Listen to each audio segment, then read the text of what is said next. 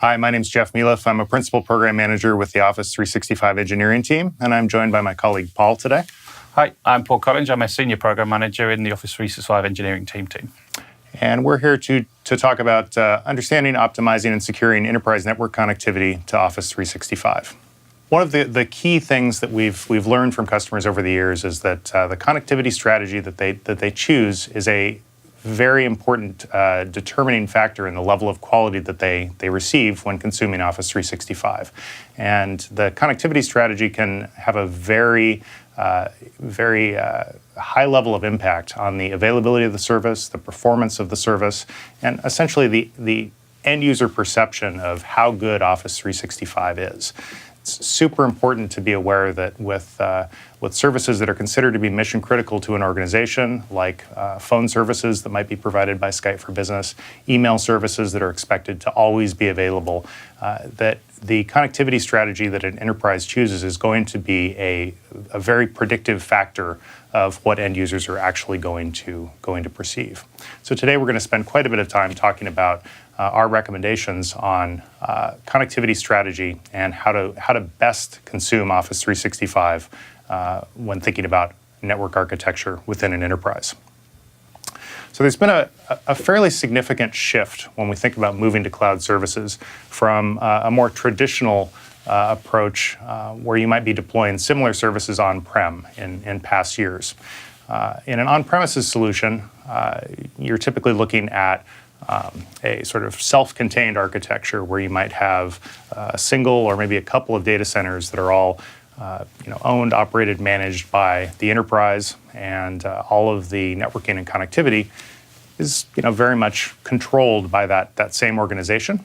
And the considerations are very different compared to what we're looking at today in terms of moving to cloud services. It's been a bit of a shift over the years in moving to more of an outsourced model, where many customers have taken services like email or SharePoint or maybe VoIP telephony and moved that into a separate data center that might be provided by a third-party service provider. And in those types of situations, often you'll have kind of a one-to-one connectivity model where you're connecting that enterprise network into that remote data center. But it's also, again, a fairly simple process of getting that connectivity established and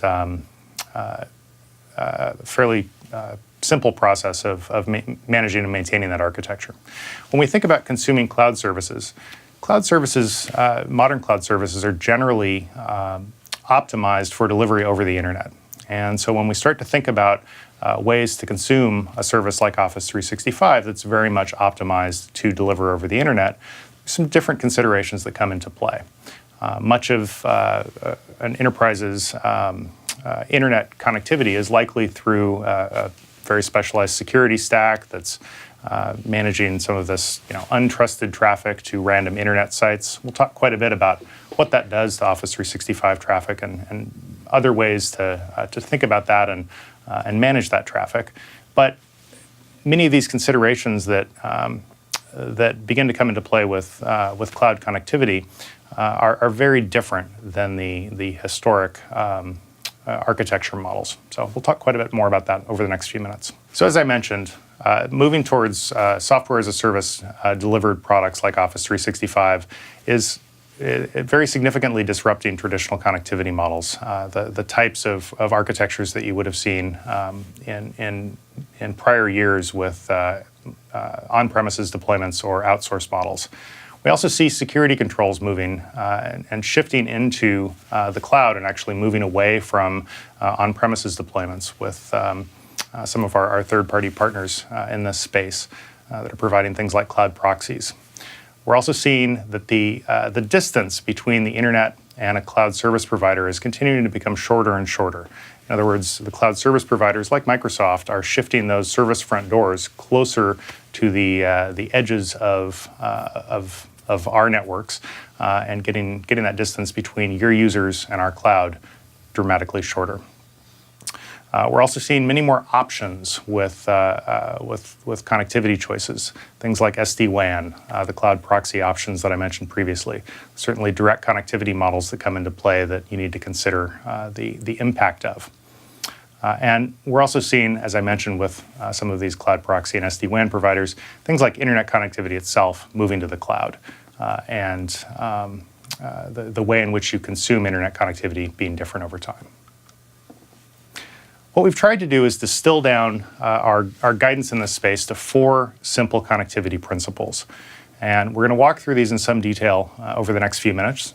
But in summary, the first one is that we really find it very important to be able to identify and differentiate Office 365 traffic. In other words, amongst all of the traffic egressing off of your network onto the internet or to other software as a service providers or to Office 365, we want you to be able to detect what traffic amongst all of that internet traffic is associated with Office 365 so that you can treat it differently. And we'll talk through what we mean by treat it differently as we move on today. We want you to egress your Office 365 traffic as close to the end user as possible. In other words, get it off of the enterprise network and onto that internet connectivity, or if there's a direct peering model in place, to have that also be as close to the end user as possible. And we want to have that paired with local DNS resolution for various reasons that we'll go into some detail on, but essentially so that our cloud services have a good way to detect where that traffic is coming from. We also want you to avoid network hairpins and ideally ensure that the traffic egressing the enterprise network is jumping onto Microsoft's network as close as possible to that egress point.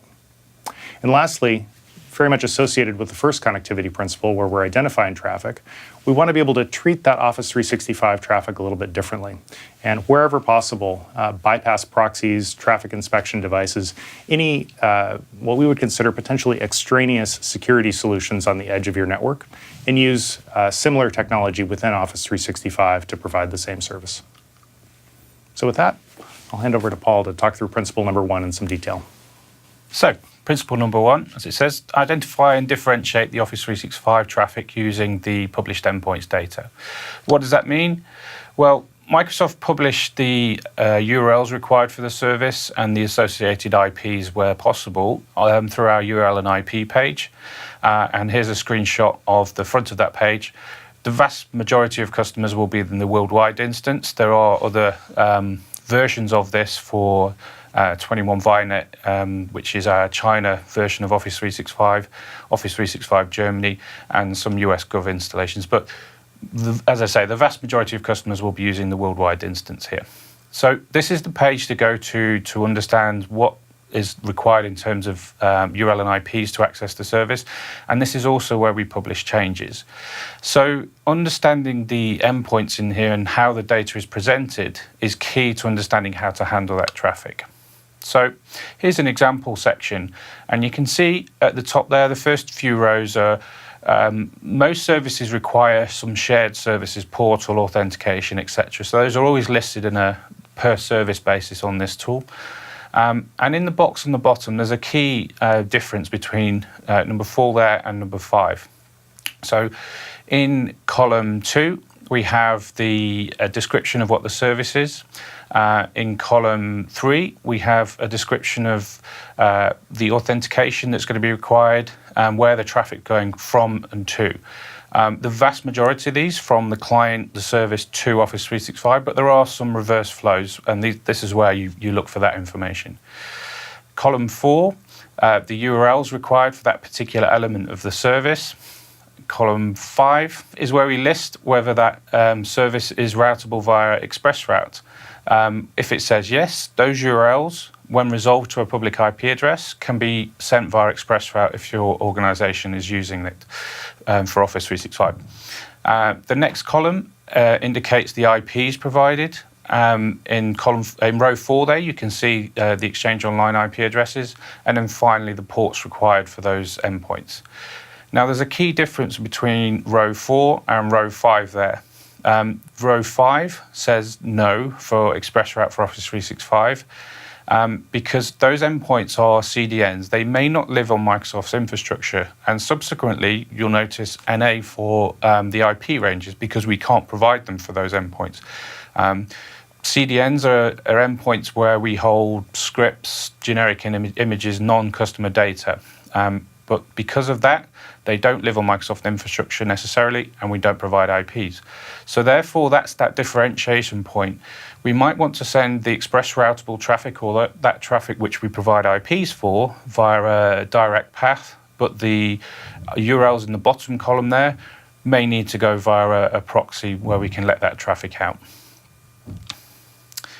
So in terms of what you need to understand from that page, rows marked as required, obviously are required for that particular service to work. Other services might be marked as optional because you may or may not need to use that element. An example might be ADFS, for example. If you're not using that, then you wouldn't need to open the endpoints for that. As mentioned, if IPs are provided, they are Microsoft-owned endpoints. They live within our infrastructure. If they're not, then that's not necessarily the case. All the IPs listed for the row are required for the service to work. We don't operate a regional IP list in Office 365. So for the example you saw earlier on, the Exchange IP ranges in its entirety is needed to be available for that endpoint to be reachable. And the same goes for the ports available there. If marked as a CDN, as mentioned, it might not live on Microsoft infrastructure, and therefore there won't be IPs for it. And the endpoints which we don't provide IPs are going to need an unrestricted direct path, or a path via where the URL is permitted, for example, via a proxy. And understanding what those endpoints do allows us to differentiate them and deal with them appropriately. So how do we manage change in this space? Well, this space changes on a very regular basis. We aim for a cadence of monthly updates with 1 month's notice until those endpoints are live. So it's something that a process needs to be in place is to monitor those changes and enact them within the environment. For example, update our pack file with additional URLs. And to do that, there's an RSS feed off that page, which will allow you to be notified when that page changes, and then you can consume those changes and make whichever changes you need within the environment. We also publish example pack files off the URL page, which will give you an example of which URLs are express routable, a list of all URLs required for all services, or a split between those that we provide IPs for and those that we don't. So that might make it easy for you to just extract that data, and we update those pack files as the URLs and IPs are updated. So in summary, the XML file linked off the URL and IP page is used for device configuration. The RSS feed is used for change notifications, and the HTML page we looked at for review of those details. So this is how we've published this data since Office 365 was released. Customers have reported to us that this URL and IP page is not quite as dynamic as it could be. It's not something that is often easy to script and ease the administrative challenge of applying those changes to a corporate network. So here at Microsoft, we've been looking at ways to improve this area. In the near future, early 2018, we will publish a beta version of a tool which will allow customers to consume that change in a more friendly format. For example, in an XML file, also in a JSON file, and various other formats that will allow your firewall security teams to ingest that information in the format that's best for you, to perhaps script and automate changes, or even allow firewalls to automatically pull in those changes. So a pilot for this is aimed at early 2018. If you have any particular feedback on the versions of files, the types of files you'd like, then you can feedback directly to us via the current URL and IP page. And just another point of note where we're making improvements in this space, work is also ongoing to consolidate the IP ranges that are required for the service into wider ranges. This is the aim to reduce the number of IP spaces you have to open to connect to the service, and also reduce the change rate where you have to make changes within firewalls, etc. An example being Skype have reduced over 50% in the last few months the amount of IPs required, and this will be ongoing as we move forward through 2018. And with that, we'll move on to principle number 2. So principle number 2 involves egressing Office 365 network traffic as close to the end user as practical and also ensure that the way in which DNS is resolved for those users matches that egress point as closely as possible as well. Microsoft operates a very, very extensive network of data centers as well as network infrastructure to connect those data centers and connect to the internet. Within Office 365, we have a number of global regions, which the vast majority of our customers are contained within. And that list of global regions continues to grow. As you'll see, there are some announced regions that have not yet launched on this slide. We also have a number of sovereign regions. Paul mentioned the China instance operated by 21 Vianet, and we also have the U.S. government regions within the U.S., obviously, and our Germany region, which are treated a bit differently in terms of how they're managed and maintained. When we think about how you access your Office 365 service within one of those regions, all of that access is accomplished over the Microsoft Global Network. We have a very well-built network. It's one of the top networks in the world. It has extremely high amounts of bandwidth in order to support the demands of not only Office 365, but every internet-facing service that Microsoft provides, whether those are commercial services like Office 365 or Azure, or consumer services like Xbox Live, Bing, etc. Much of this infrastructure includes Microsoft privately owned dark fiber across many of these regions. And in many cases, we're talking about multiple terabit connections between data centers in order to support things like data replication to ensure high availability of our services across the board. Our overall aim is to get our customers' network traffic onto the Microsoft Global Network as quickly as possible so that we can use all of these investments that we've made in this network infrastructure to provide the very best possible end-user experience.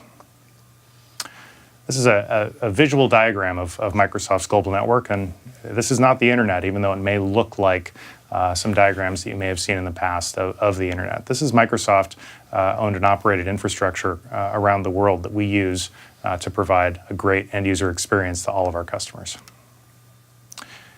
You may have read in the press in recent months about the launch of the Maria transatlantic subsea cable. It's a joint venture between Microsoft and some other cloud providers and ISPs to add a very, very significant amount of bandwidth between the United States and Europe. This is one example of the types of infrastructure investments that Microsoft is making in order to provide a great experience with our services across the board. So Microsoft's Global Network, which we refer to as AS8075, that's the autonomous system number that's used for internet routing, for those of you who have some familiarity with ASNs and BGP routing. That network is used to provide presence, peering, and backhaul to our customers. So presence in terms of presence around the world, as we showed in some of those visuals a moment ago. Peering in terms of our peering strategy with ISPs around the world, as well as some of the direct peering options that we make available.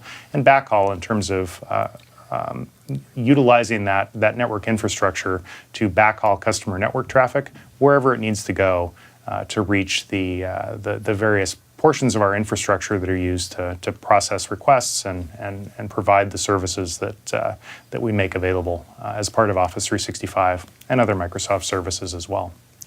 We have a distributed what we call front door infrastructure, and what we mean by that is a set of service capacity that are the first hop into our network that clients connect to. So depending on the workload that we're talking about, whether it's Exchange, Skype, SharePoint, or some of the other workloads within Office 365, there are different types of service front door infrastructure that exist around the world on essentially the edge of our network.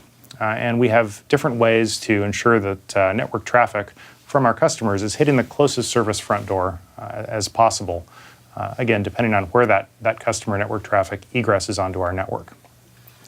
We continue to invest heavily in that area as well, with the goal of moving that edge closer and closer to our end users. The reason for that is that we minimize latency and provide a much better experience from an end user performance perspective by moving that infrastructure closer and closer. So when we think about how we deal with enterprises that have multiple sites, obviously, depending on the number of sites that we're talking about, it may not be feasible to actually have every single site egress traffic onto the internet and get that traffic onto Microsoft's network as closely as possible. So it's important to assess this from a data-driven perspective. And the way that can be done is by looking at latency between the remote location and the availability of connectivity from that location to the internet and then on to Microsoft's network. It's certainly advised to do some form of network assessment, whether that's looking at trace routes from those remote sites to an endpoint on Microsoft's network, or even having Microsoft services come in and do a formal network assessment offering to advise on the best path forward. The key goal across the board is to get that traffic onto Microsoft's network as quickly as possible, but obviously you need to balance that with various other aspects that come into play: cost, availability of those links, etc. Okay, so here we have Contoso, which has 3 sites in the US overlaid over Microsoft's global network. The dots here indicate Microsoft's local peering points, and the dashed red line is the Contoso corporate network. This, as it looks now, is an ideal scenario. Each 3 of those sites has a yellow dotted line being the local internet breakout for its San Francisco office, its Chicago office, and its New York office. Therefore, the traffic is on Microsoft's network locally, very quickly, and we can backhaul it to where it needs to go from there.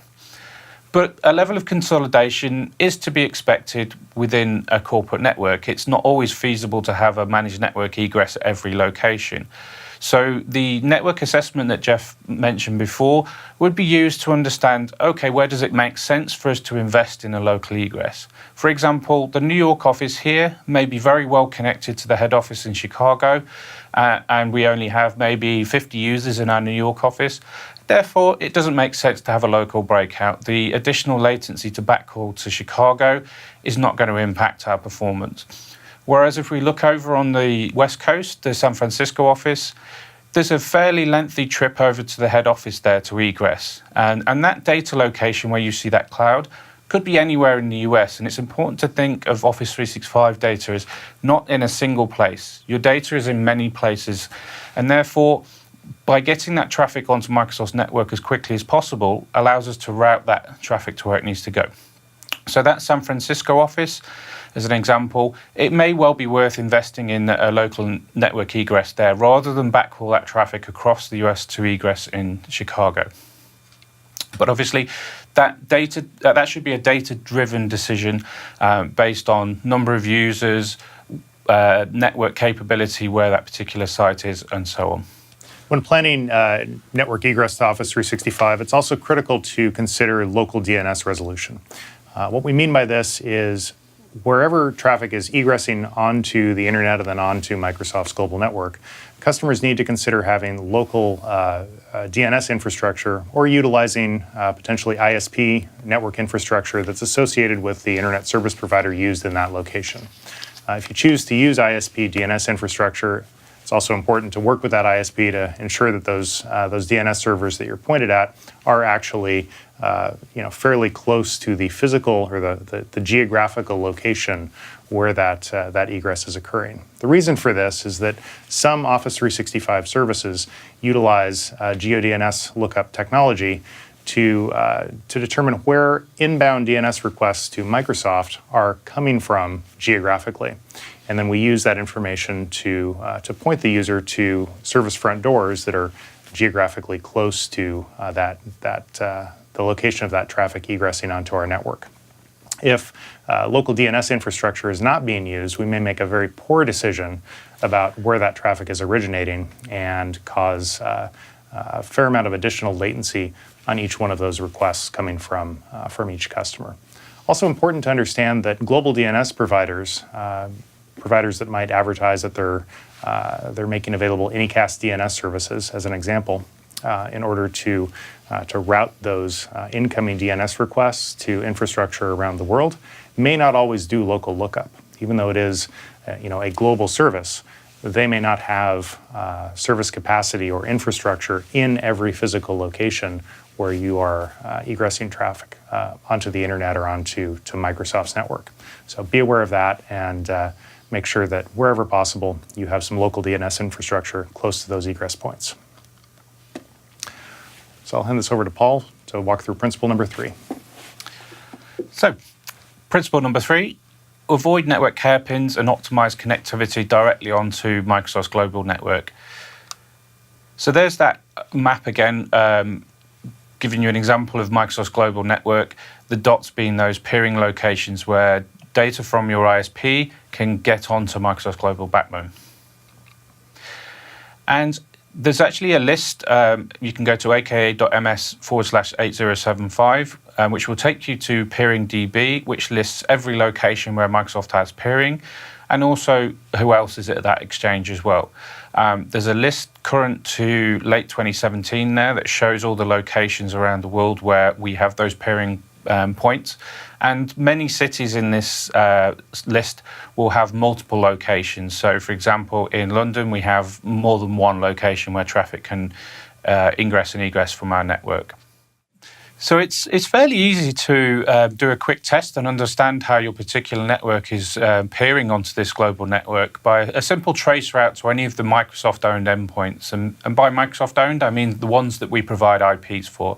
A good example would be your tenantname.sharepoint.com or outlook.office365.com. A trace route from your network will show where the traffic leaves your ISP and gets onto Microsoft's global backbone. Here's an example from a home broadband connection in the UK. And you can see there the peering occurs it actually happens in hop 7, but the important thing we're looking for here is that it's peered onto Microsoft's network, which is msn.net, there in hop 8 in 35 milliseconds. And the other highlighted piece is LON04. So that means it's on Microsoft's network in London in a reasonable amount of time. And that's the important thing I'm looking for. It's in an expected location and an expected amount of latency. Here's an example of the peering occurring in France. So a colleague of mine took a trace here in Paris, and you can see there in hop 7, in 8 milliseconds, in PAR02, Paris, we're on that MSN.NET network, which is Microsoft's global backbone. Here's a trace from Miami in Florida, and you can see here the trace bounces between a number of ISPs. Perfectly normal, that's how the internet works. And then in hop 10, we can see in 24 milliseconds, we're on Microsoft's network in MIA, Miami. And then we'll backhaul that traffic across to Europe, which is where this particular endpoint was. Here's an example where that hasn't quite worked as it should do. This is a trace from a customer in Scotland. So the peering should happen very similar to that one, the first one we looked at in the UK, through London. And you can see in hop 6 there, we're in London, but we're still on the ISP's network. But then the next hop, we see a jump in latency, and we're in New York, still on the ISP's network. We bounce around New York a little bit, and then by hop 12, in 87 milliseconds, we hit Microsoft's network in NYC, and then we have to backhaul that traffic back across the Atlantic again because the endpoint we're hitting is in Europe. So an unnecessary trip across the Atlantic there. Why? This particular ISP at the time wasn't peering correctly with Microsoft. The only place they knew to do that was New York.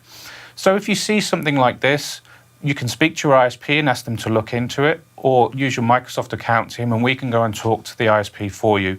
In this instance, within a week, we changed this peering so the ISP was providing that traffic to Microsoft in London, and therefore reducing the latency and the performance issue that this particular issue was causing.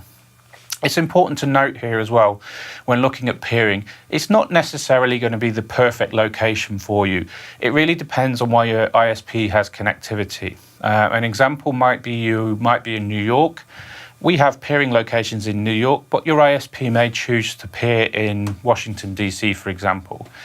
As long as it's within a reasonable distance, then that's to be expected. What we don't want is the example here where we're crossing continents, for example, to put the traffic onto Microsoft's network. And part of this principle is to talk about avoid hairpinning traffic. In essence, it means sending the traffic to a place to then come back again, kind of like the example we just looked at. But in the example here from a customer, we have a particular connection here that goes from San Francisco that gets out to the internet in Orlando, which hits the service front door near Miami, and then that connects into the data. In this example, 65 milliseconds, reasonable amount of time. The service will work well at this level of latency, but it's not optimal. We have peering locations, as mentioned, all over the globe. So there's a nearer one to San Francisco. We have one in San Jose, which if we had a local network egress, we could use that, use a service front door closer to San Jose. In this instance, it's in Seattle, and that brings that latency down to 25 milliseconds. But as I say, these service front doors are growing in location numbers, etc. And that service front door may well become available closer to the user in San Jose in this example, which further brings down the latency to a possible 5 milliseconds.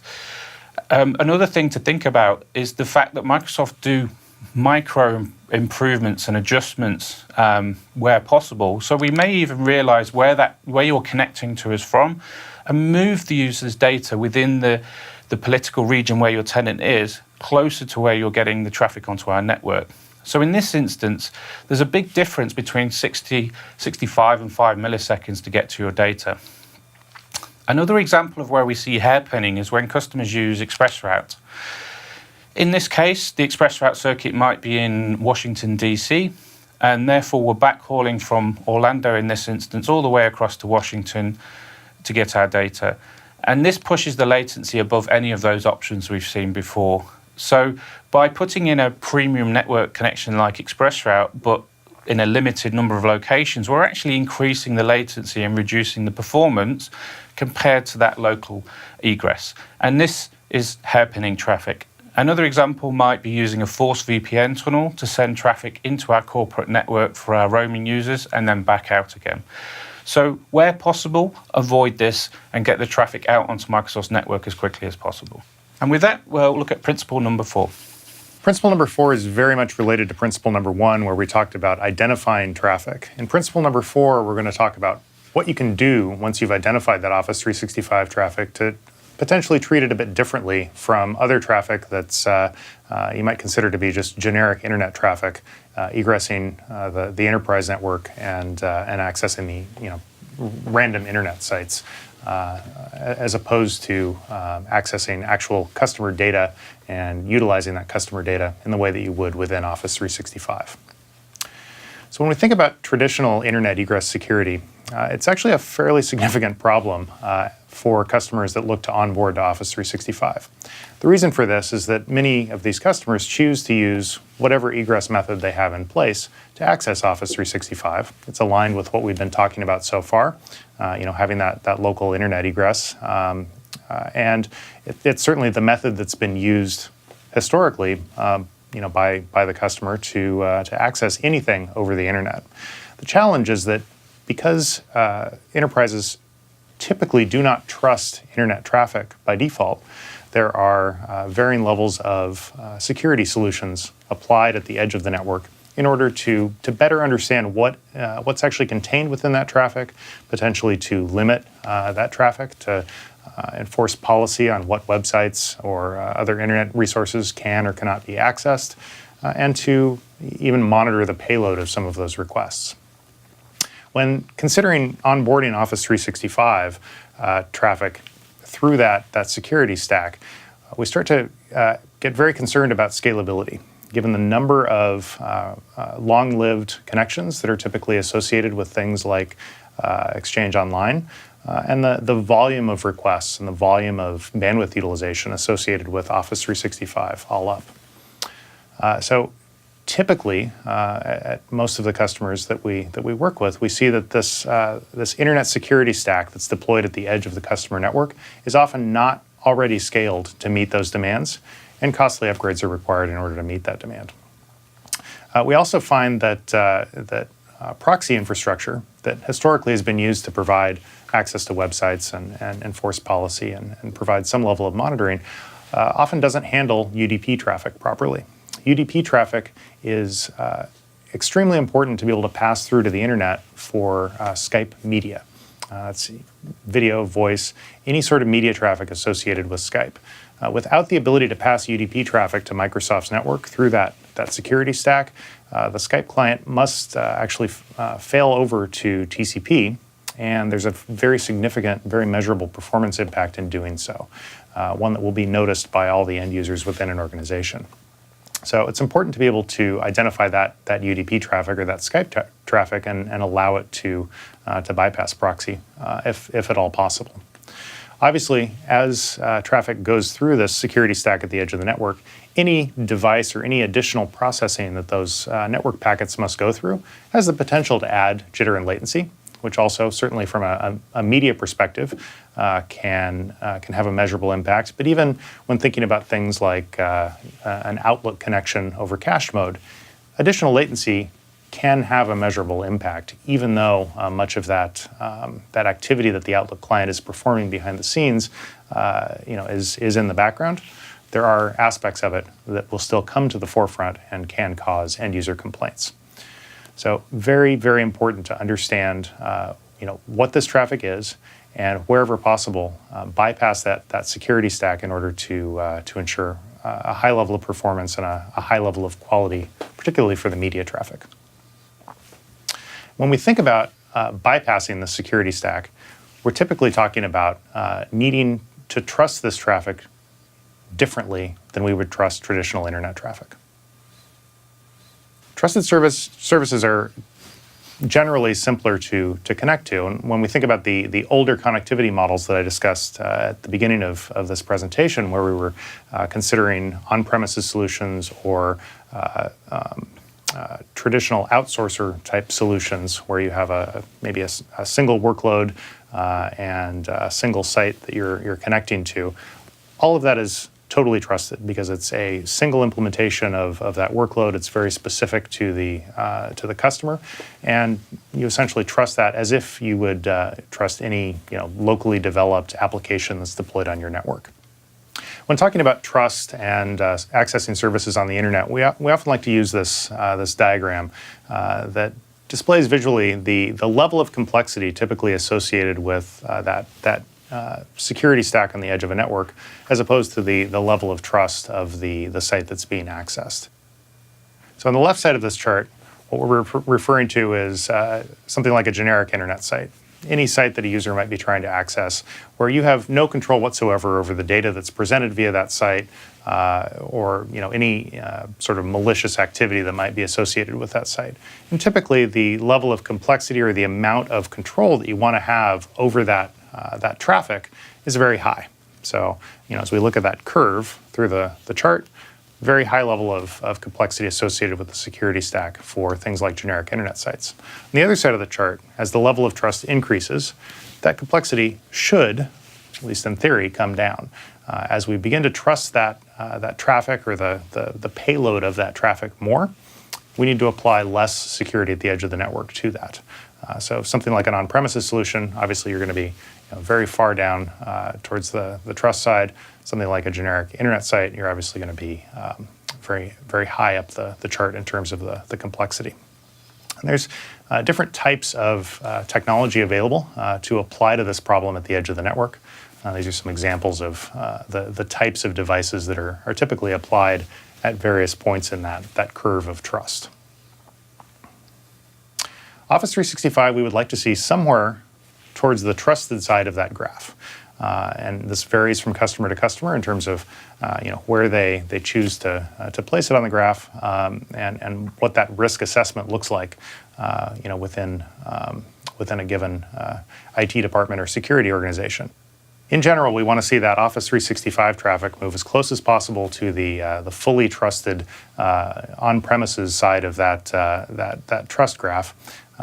Because we provide quite a bit of detail about how that traffic is managed on our network, how we secure it as that traffic moves across the internet, and given that, we're able to provide quite a bit of assurance that that traffic is not in any way malicious or associated with things that you might associate with generic internet requests.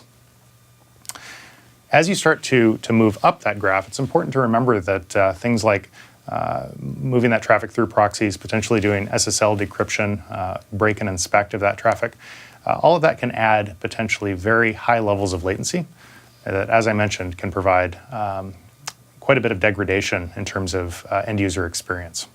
So what we want you to do is actually do some due diligence as you think about where you're going to place Office 365 on that graph of trust, or that curve of trust, and understand all of the different technologies that we make available in Office 365 in order to secure and manage your data and the traffic associated with accessing your data.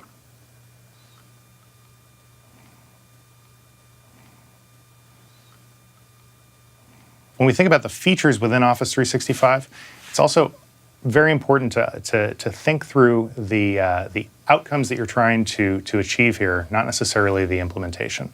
When you think about the implementation, the potential ways in which you're trying to prevent threats, oftentimes it's tempting to apply security both at the edge as well as within Office 365 itself.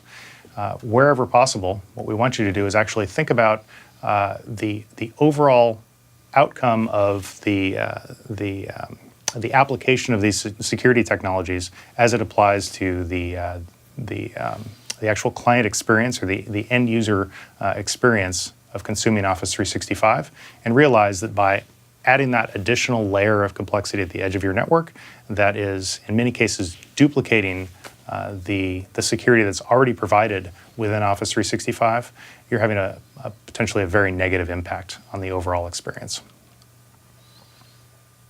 These are just some examples of some of the technologies that we make available as part of the Office 365 suite that we encourage you to take a look at, fully understand with your risk management teams exactly what those are, what benefits they provide, and where those technologies may be overlapping with technology that you have deployed at the edge of your network today.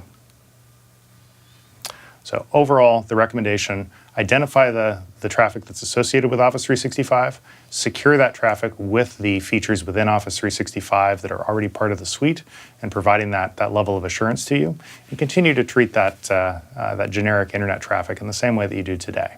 Just differentiate that traffic at your network edge and do the right thing to ensure a high level of end user experience and a high level of performance. The challenge with Office 365 is that the overall Office 365 service is not a single endpoint. It's not a single service that all of the clients associated with Office 365 access. Office 365 is made up of multiple workloads like Exchange, SharePoint, Skype. All of these have their own separate endpoints that clients access. Additionally, portions of these workloads are provided via things like content delivery networks that are not actually Microsoft owned, that we don't publish IP addresses for. We know, in working with many enterprise customers as well as smaller customers, that it's very difficult to consume the broad set of IP addresses that make up all of these services, as well as the fairly long list of namespaces associated with all of these services, and keep that up to date and bypass all of that traffic at the edge of a network. And so in response to that feedback, what we've come up with is a URL classification system. And what we're moving towards is a more simplified list of what we consider a very small set of Microsoft-owned core services or core endpoints that are associated with the vast majority of the traffic used by an Office 365 customer that we really want our customers to optimize. What we mean by optimize is bypass that edge network infrastructure as much as possible. These are things like the core endpoints associated with the big workloads, Exchange, SharePoint, Skype, that represent the vast majority of that traffic or the vast majority of the connection volume. There are other portions of the traffic where we want you to obviously allow that traffic, send it direct wherever possible, and not SSL intercept it. And then the broad set of remaining endpoints we consider to be sort of a default category. And what we want you to do there is just follow whatever the standard company policy is to be able to get that traffic out onto the internet. Obviously, we need to be able to make those connections, but you can apply whatever security is appropriate given existing company policy and not manage those necessarily any differently than you would today. So we're targeting early 2018 for adjusting our publication of these endpoints, and this will be an adjustment to the publication format that we have for those endpoints compared to what's out there today. So by moving to this new classification system, our goal is to ensure that the endpoints that really impact end user experience and the performance associated with the overall Office 365 suite, we want to see those endpoints be able to be accessed in the best possible way. And for all those other endpoints that are not as latency sensitive, we want our customers to have the flexibility to manage that traffic in whatever way they need to. What this means is that the set of endpoints or namespaces that need to be treated differently should be a very small set and shouldn't be changing that frequently compared to the change rate that we have today in our published endpoint data. So we're hoping to make this an easier process for our customers to manage this traffic as it egresses the network, and also provide a much better end user experience by optimizing that latency sensitive traffic. So we've looked at those 4 principles, and let's see how that applies to real-world traffic. And we'll walk through the 3 main services here, Skype, Exchange, and SharePoint, OneDrive for Business, and see how these services have changed, how they connect to improve performance over the past year or so. And by following those principles, you would have been able to abstract yourself from any of those changes and also consume the benefits of those changes instantly. So we'll start with Skype for Business. We'll walk quickly how that signs in and connects, and then we'll walk through the improvements that have been made. So when Skype, the client, signs in, it connects to a pool in the location of your tenant, and that informs the client of the relay to use for media services, for its calls, meetings, etc. So that sign is over TCP port 443. It's not necessarily latency sensitive because it's not real-time media, but that tells the client where it needs to go to make calls, etc. For the media traffic, the client will actually make multiple attempts to connect over different methods. It's quite adaptable as a product to be able to connect out because obviously users change networks, they have different egress models. So the Skype client will actually try and connect to media call in 3 ways at the same time. First, the optimal method is UDP direct, where we'll send a UDP connection to that relay server. And this is an area we've made improvements over the past year or so. Previously, we'd require ports 50,000 to 59,999 to be open for that to work. Again, an area, if you go to your security team and say, I want to open these ranges on our firewall, you may get a funny look from them. And this is where it puts a blocker to that optimal performance. So in the recent months, the Skype team have re-engineered the product to allow it to connect over just 4 UDP ports, which again makes having the optimal connectivity method available. So that's what Skype tries, and if it gets a response from this is what it uses. The second preferred connectivity model is direct over port 443. So by direct, I mean connecting to the public IP address of the relay over port 443. And the least preferred method, as Jeff said before, going via a proxy over TCP, it's not something that the service prefers, but it will work. And if the top 2 methods don't get a response, then that's the method that is used. And that allows us to connect out in very different network environments, but using the best method possible where it is available. And just a reference here of again, reading back to that URL and IP page, Skype specifically, here we list some of the URLs, the ports required, and what they're for. And you can see there in row 2, audio, video, desktop sharing, the URL required, star.link.com, and then the ports required. It says around the old UDP ports, optional. We prefer if they're open. It actually just gives some very slight performance improvements on call connectivity, but it's not necessary. So all you need for UDP connectivity is the 4 ports listed there.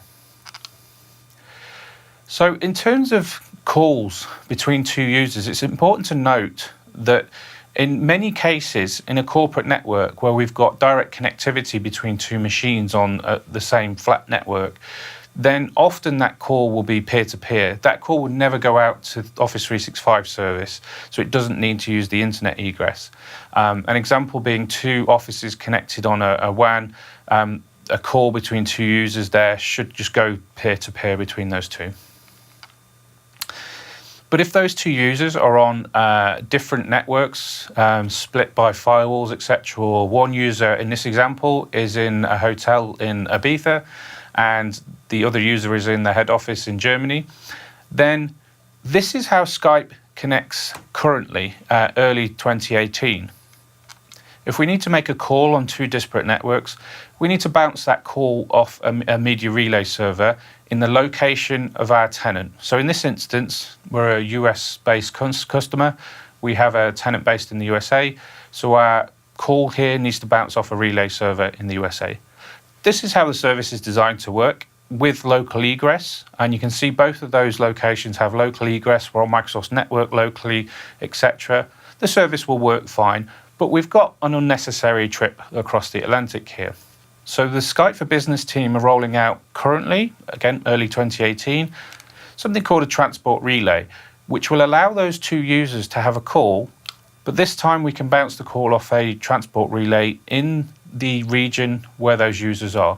So we've cut out the need for that transatlantic trip there, reducing latency and therefore call performance. But for this to work, we need those principles in place of local egress, etc.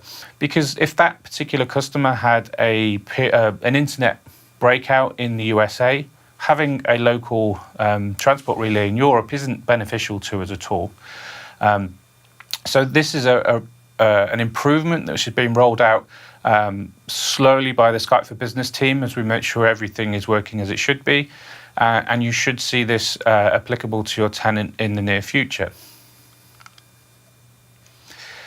And a slight segue here, away from how the service connects, but we've talked about network assessments and how to understand where local egress makes sense, etc. The Skype for Business team have a great tool which outlines the requirements for Skype for Business that it can deliver a high-quality call or meeting in terms of latency to Microsoft's network, packet loss, inter-arrival jitter, packet reorder. And they set out a set of clear examples of figures that are needed for the service to work at its highest level. So this is what we need to aim for. And the team have a tool which is available publicly that essentially mimics a call for 17 seconds, and it measures those things for you and will tell you it's passed or failed with the figures. So this is a great tool. For me, if it works for Skype for Business, it's good for everything else. Skype for Business is the most latency sensitive, network issue sensitive.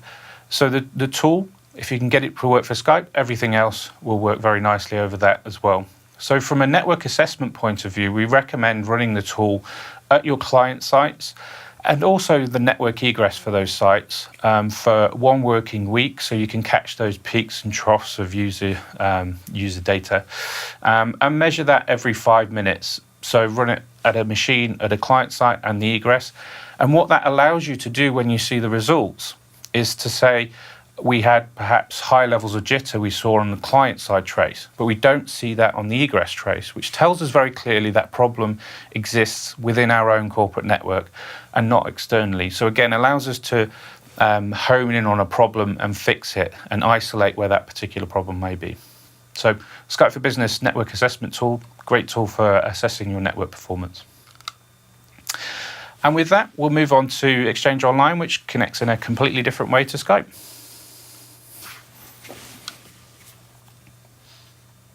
When we think about Exchange Online connectivity, there are a couple of different systems that are actually used in tandem, what the Exchange Online team refers to as active-active. There's a GeoDNS system, which I referred to previously when we talked about local DNS resolution associated with those local egress points, where we're attempting to connect Outlook to a front-end server, a CAFE server. CAFE stands for Client Access Front End, that's in the region where the user is, ideally as close to the end user as possible. And we're also now using an Anycast system that's designed to get IP addresses of local front-end servers, but not using GeoDNS. And we'll talk through exactly how this works in a minute in some detail.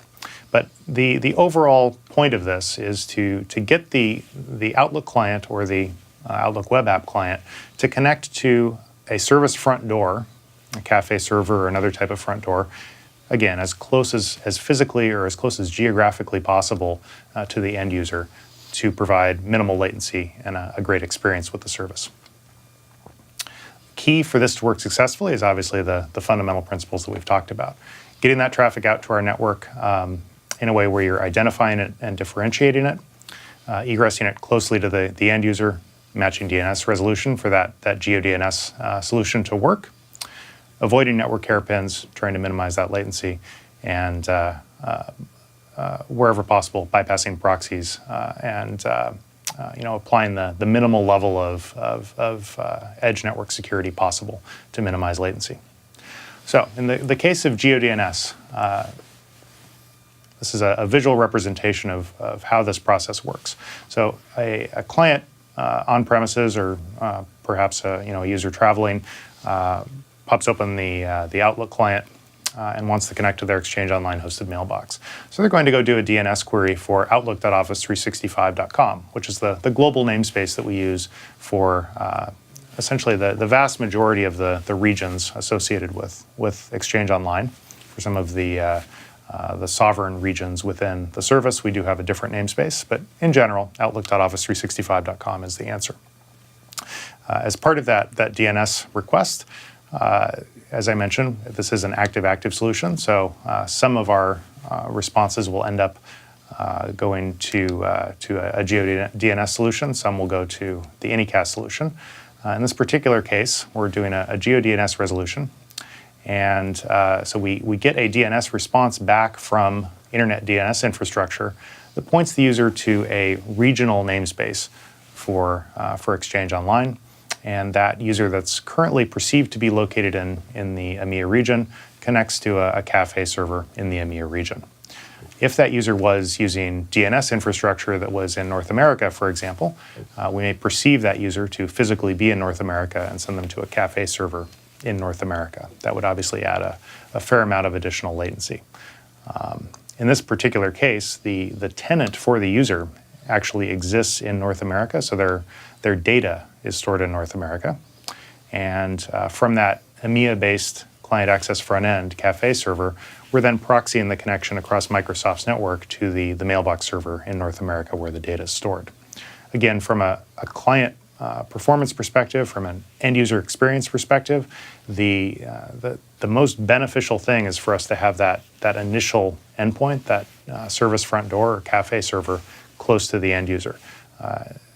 It's less important for that mailbox data to be physically close. So we're optimizing for having that cafe server regionally close to the end user. So how do we provide resiliency in this case?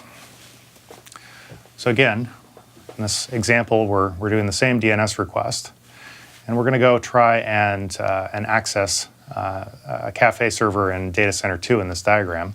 In this particular case, as we're trying to access cafe servers in data center 2, we're actually not getting a response from that initial TCP connection. We try that 3 times. We're going through the list of IP addresses that are associated with the regional namespace that we got back from the DNS request.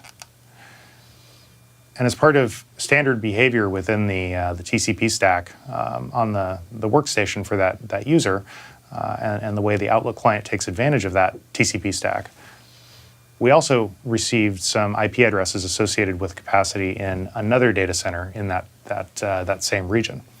That data center is available, and we are able to connect to that in this example.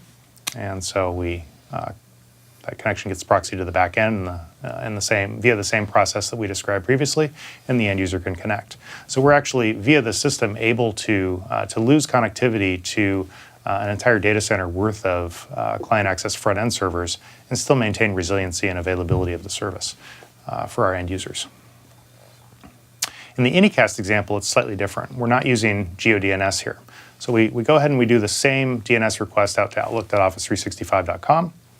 And the response that comes back actually points us to a single global IP address that's used via Anycast for this solution. And that points us to DNS infrastructure that's actually co-located with cafe servers in our data centers. Those cafe servers, or the DNS infrastructure on those cafe servers, will actually respond back with a set of IP addresses that are appropriate for that local region. So instead of detecting where the user is based on a GeoDNS lookup, we're actually detecting where they are based on which cafe server is receiving that DNS request. So we get back a set of IP addresses associated with the region, and we connect in via the same process. When we think about Outlook Web App, it's a slightly different process compared to the way Outlook connects into the service. So in the case of an Outlook Web App client connecting into Office 365, that connectivity is going out to the internet, and it's coming in through a different set of service front doors that are essentially reverse proxy servers managed as part of what we refer to as the Azure Front Door infrastructure within the Microsoft Global Network. And the endpoint for Outlook Web App is actually a single global IP address that's resolved via Anycast. So the user will be directed to the closest service front door that can be accessed based on normal internet routing and the way Anycast routing works on the internet. The connection is then proxied from there to the location where the end user's mailbox is being served from.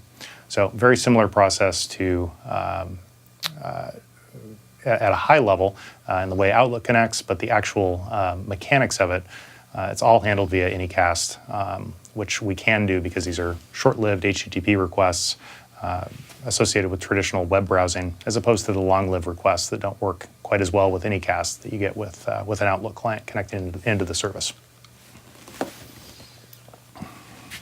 And finally, we're going to look at SharePoint and how that connects in a completely different way again. But again, by following those principles, we can optimize our connectivity to this service. So about a year ago, SharePoint used to work in a very different way to it works now. We used to have a unicast connection where we'd do a DNS lookup for our tenant name.sharepoint.com. We'd be given the unicast address of the front end of our SharePoint farm. So in this instance, my user's in EMEA, my SharePoint tenant is in North America, and we'd get the IP address of that SharePoint farm in North America. So we'd make a TCP connection all the way from the client to the service in North America. Obviously, if we've got the network principles in place, this traffic will flow the majority of its journey over the Microsoft Global Backbone, which will deliver optimal performance. But there are issues here. We have to set up a TCP connection over a very long latency. We will have slow start algorithms, etc., to run through. If that particular customer or that egress has TCP issues, TCP window scaling disabled, for example, they carry that entire way across that longer latency connection. SharePoint Online now has switched globally to an Anycast system that uses the same IP globally. So if I look up my tenant, it will come back with that Anycast address, 13.107.6.151, which will be the same for a customer tenant. Now, when you make a connection to that IP address, the Anycast system will attract via BGP route advertisement to the nearest lowest cost endpoint, the edge server that is configured for that IP. And that then means the front door of that service, where that TCP connection is terminated, should be very close to the user. So again, in that example before, I should hit an Anycast front end for SharePoint in EMEA, which means that the long-lived connection back to my tenant in the USA can go over a hot TCP connection. So we walk through how that works here. The EMEA client does the DNS lookup. We get that the Anycast IP address back, which will find its way to the nearest front end for the SharePoint service, and then connect through to a hot TCP session between that EMEA location and North America in this instance. So that TCP slow start algorithm doesn't have to happen, it's already done. We're on an optimized hot TCP session. We can also fix at this location any suboptimal TCP settings. So that window scaling that was disabled by my proxy is fixed at the edge server very close to my user, minimizing the impact of that particular problem. So if we actually look at how this works, if I connect to a SharePoint tenant in London, we can see here it goes through to a SharePoint edge server in Amsterdam. In Sydney, the same thing, an edge server in Sydney. And in Charlotte, we peer in Atlanta and terminate in Ashburn. The point here is that these are the front doors that we mentioned earlier on that are growing in number. And by following those network principles of getting our traffic out locally, as the service evolves, as it improves, as we add capacity in different areas, that front door is moving closer and closer to your users. With that change, we saw in some instances 3 times to 10 times increase in download speed, depending on the particular situation. Across the board, we saw improvement with this, and we continue to do so. So as a customer, if you have that network principle in place, we have local egress, direct connectivity for the core endpoints, etc., then these improvements would have instantly become available to you when that change in connectivity was made. And the important thing is, the change was abstract to you, that you wouldn't have had to do anything to consume this change. And moving away from SharePoint here, just to drill home that point, that by following those principles, as the service evolves and improves and we add new capability, the principles will allow you to consume that in an instant. Something we're in pilot at the minute, which should be available later this year, multi-geo capability. In this example, we're using Exchange Online. So multi-geo will mean that as an enterprise, currently your mailboxes will be in the location of your tenant. So for in North America, all our mailboxes sit there, regardless of where my users are. But it's been a common customer request that we want our users' data, and maybe for our EMEA users, need to sit in EMEA data centers. So multi-geo will apply that. So you can say, my users in EMEA, shift their mailboxes to EMEA. And by following those network principles with local network egress, there is no change required to the corporate network infrastructure to facilitate this change. So consuming new services and consuming changes in services become pretty simple for an enterprise to roll out when they need. So with that, we'll wrap up. Those 4 principles: understand and differentiate those endpoints. And as I say, moving forward, we're hopefully going to make it easy for you to do that by highlighting those that are really bandwidth or latency critical to allow you to optimize those that really matter. Egress your Office 365 data as close to your users as practical with matching DNS resolution. So that Outlook's a good example of where that DNS resolution really does need to be where our egress is. Avoid hairpinning and optimize our connectivity onto Microsoft's global backbone. And assess for those core endpoints that we've identified in step 1, where we can bypass our SSL interception, where it really makes sense, where we've duplicated that security in the service. Assess whether we can apply DLP, AV scanning, etc. to those particular endpoints, and bypass them away from where they're going to cause a bottleneck in our security stack. And with that, I'll wrap up, and thank you very much for watching. Hope it was useful.